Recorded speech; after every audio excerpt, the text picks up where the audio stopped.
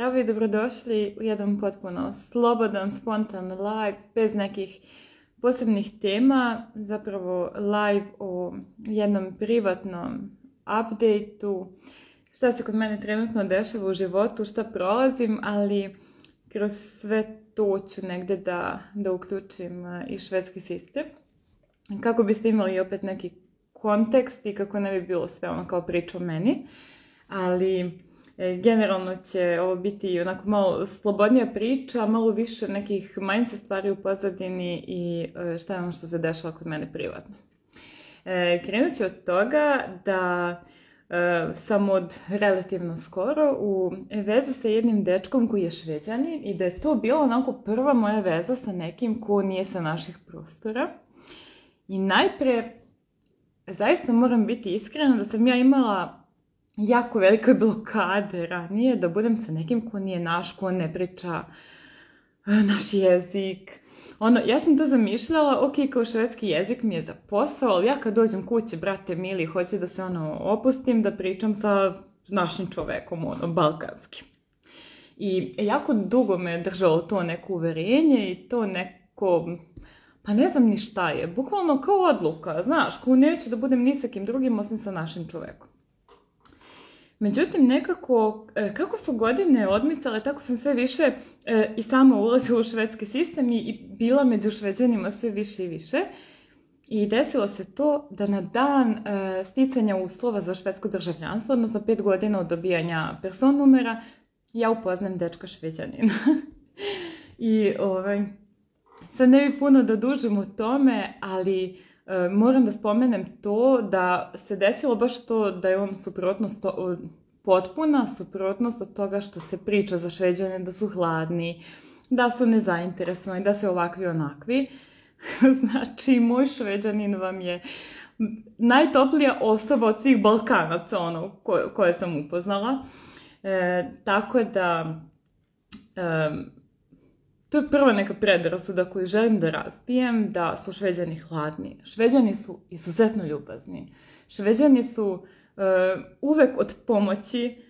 Mene nijedan Šveđanin još nije odbio kada sam pitala za pomoć, bilo šta da mi se pomogne, bilo šta da upitam za neku uslugu, za nešto od prostih stvari, gde je šta, koja ulica, mislim lupam sad, ali razumete. Znači, Šveđanin će uglavnom stati i posvetiti ti vreme i osmeh i odgovoriti ti.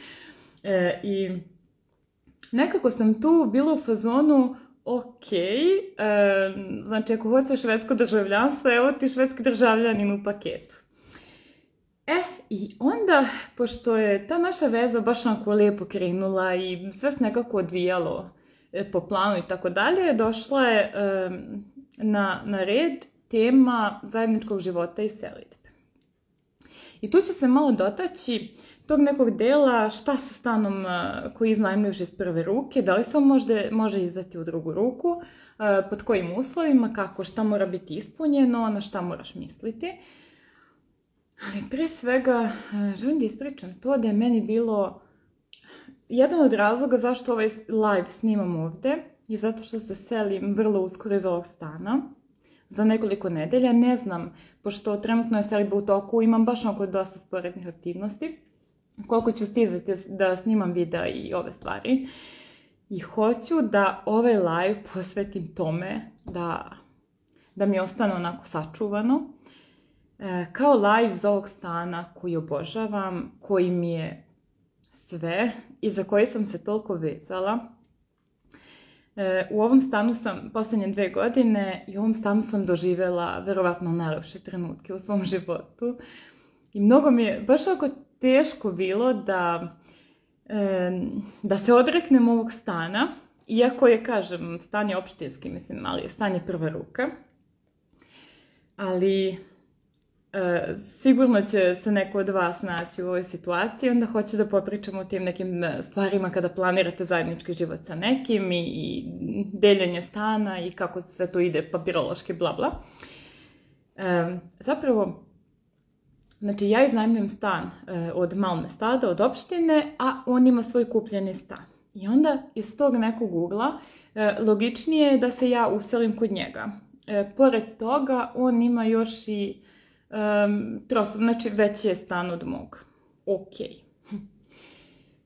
I sad, kada sam ja donela odluku da se ja iseljavam odatle, bila je opcija da izdam stan u drugu ruku, što MKB, odnosno firma koja iznajmljuje meni stan, dozvoljava. Naravno, ja bih osobu morala da prijavim, samo da ona živi tu, potpisali bi taj ugovor druga ruka, bla bla bla. Sad, šta je tu pitanje, šta je tu poenta? To da oni dozvoljavaju da ti možeš najviše 15% da staviš na onu osnovnu cenu, znači ne cenu koju ti plaćaš stana, nego osnovica onog stana, koja je nekih čak 10% manja od one cene koju plaćaš. Znači, ako izuzmeš onu toplu vodu i one dodatne neke troškove, ona grund price, što oni kažu, na tu cenu smiješ da staviš 15% maksimalno, da bi izdao nekom stanu drugu ruku. I to ako je potpuno opremljen stan namještajem. Što u prevodu znači da ja mogu da izdam stan na najviše godinu dana, uz neke posebne zahteve koje ja opet podnosim za godinu dana, mogu da izdam stan još godinu dana i da ću od osobe koja živi ovdje mesečno moći da uzimam tipa 600 do 800 kruna više. Odnosno da će moja zarada biti 600 do 800 kruna mesečno. I onda sam ja stala i rekla šta je ovo, mislim da to ne dolazi u obzir, zato što su preveliki rizici. Ja ne znam kako će osoba, ja mogu da izdam, ja ovdje prije svega imam gomilu klijenata koji čekaju stan u Malmeu i ja bih prvo njima dala, naravno.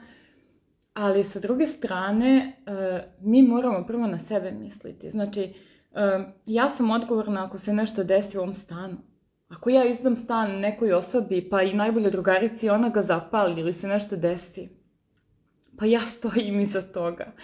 I onda se ne isplati ni tih nekoliko stotina kruna što neko zarađuje mesečno. Sad, dolazimo do toga da zašto ljudi ne izdaju stan u drugu ruku kada ga iznajmljuju za sebe u prvu? Pa upravo zbog ovih stvari. I zato vam ljudi ne daju ugovore za stan, zato što znaju da legalno ne mogu uzeti više od 800 do 1000 kruna. Tačka. I to je to. Tako da,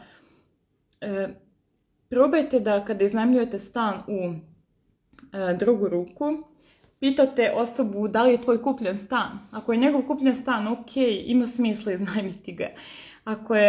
Ako on iznajmljuje stan od opštine ili države, proverite da li ima dozvolu da vam izda stan, to je prvo. I znajte da ne može da vam digne cenu veću od one koju on sam plaća.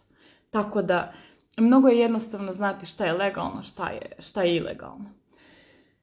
I onda se sad vratim na priču. Kada sam ja došla do toga da ne dolazi u obzir da ja tu glumim neku budalu i da podsjećam da jurim ljude za pare svaki mjesec i bla bla bla, ja sam otkazala stan.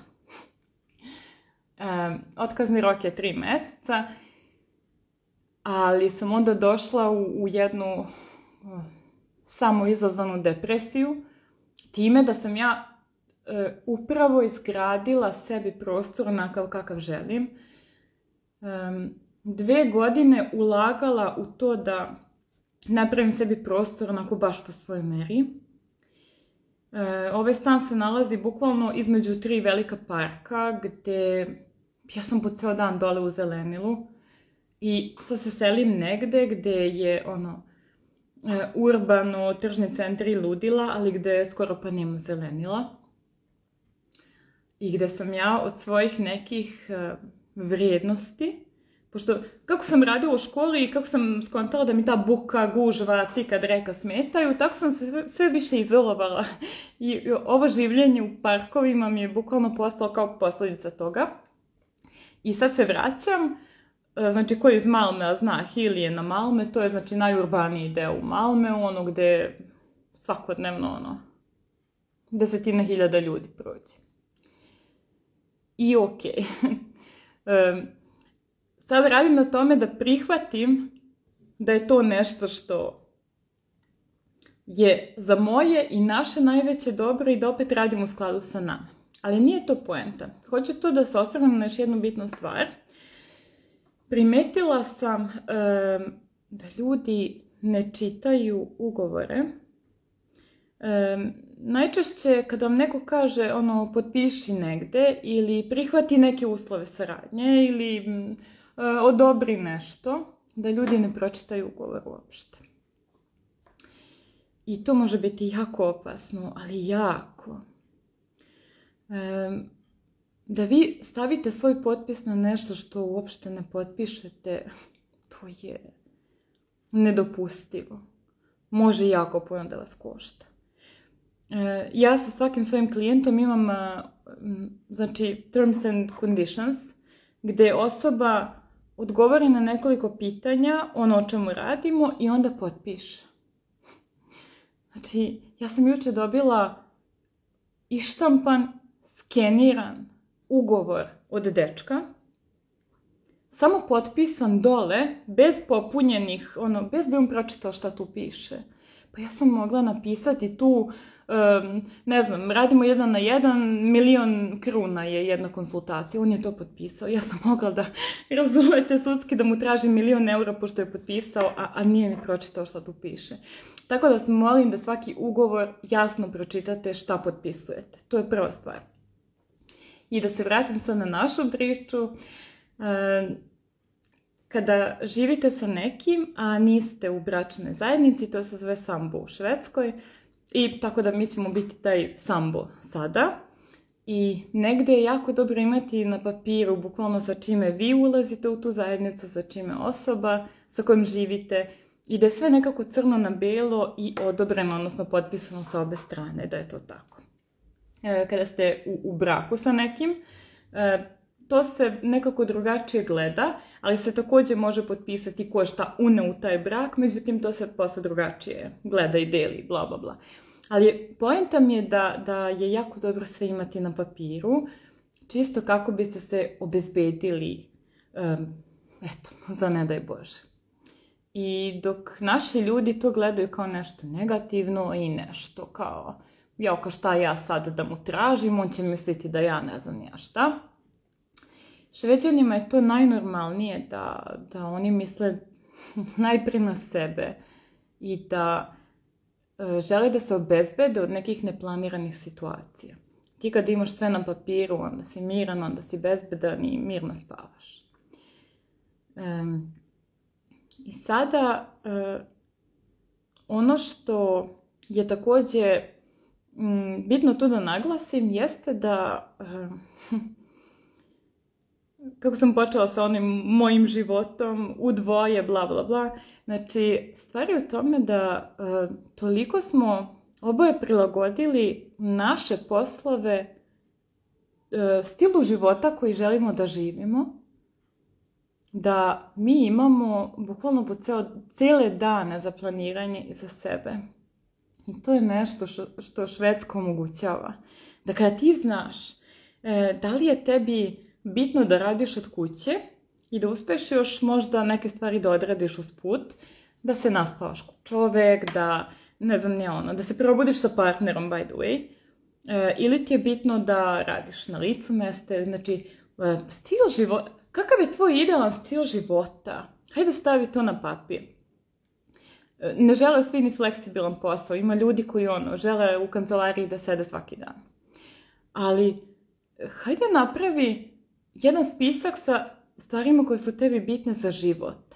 Zato što je to u Švedskoj moguće. Da ti znaš kakav je neki tvoj idealan životni stil, da li je to nešto što će podrazumijevati rad od kuće ili rad iz kancelarije ili provođenje vremena u prirodi ili vrijeme za edukaciju, leganje tad, ustajanje tad.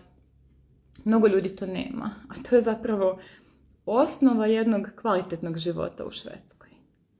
Zato što zaista smatram da je ovdje sve moguće iskombinovati, ali mi moramo znati šta mi želimo.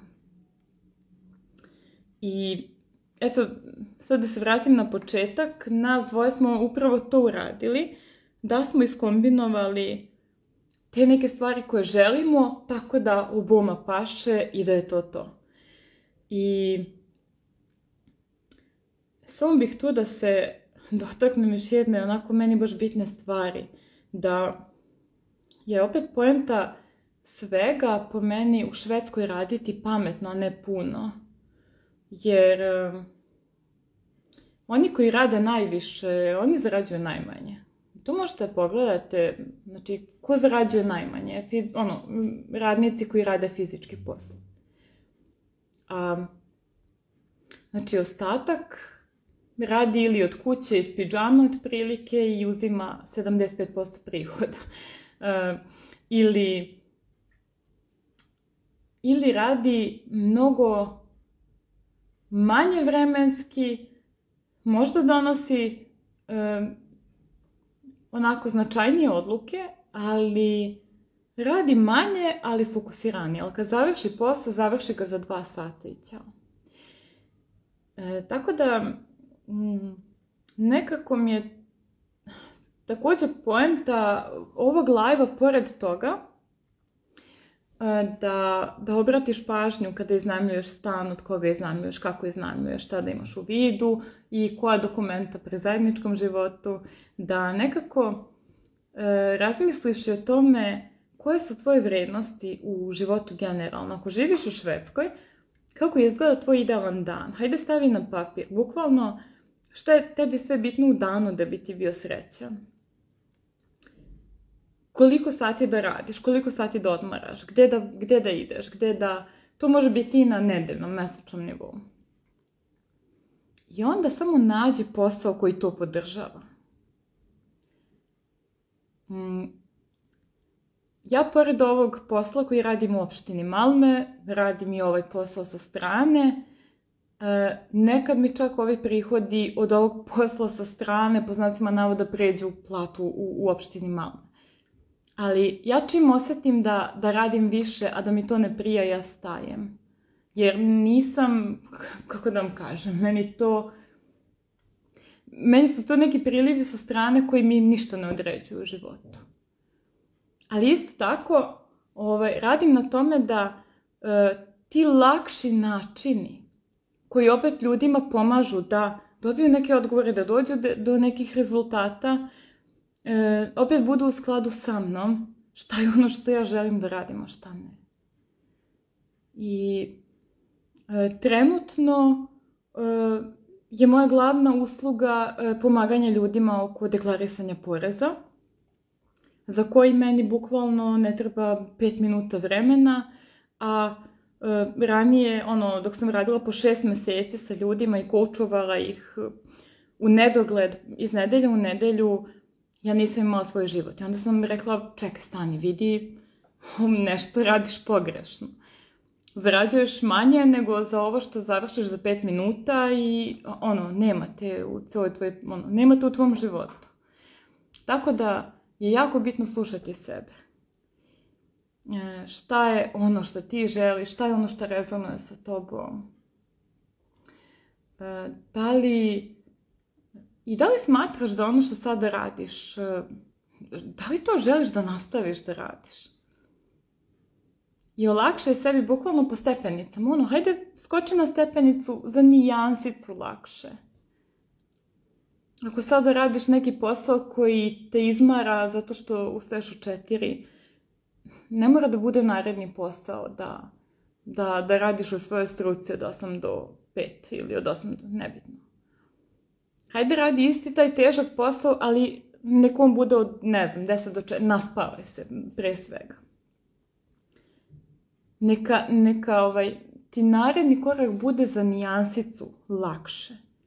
Mozgu je nekad lakše da shvati i da se prebaci u taj mod kada je iz nijanse u nijansu, nego kada je onako preveliki jaz između 2 posla koja, sada čistim podrume, a hoću da budem magistar, magistar sam ekonomije pa želim da radim kao glavni ekonomičar.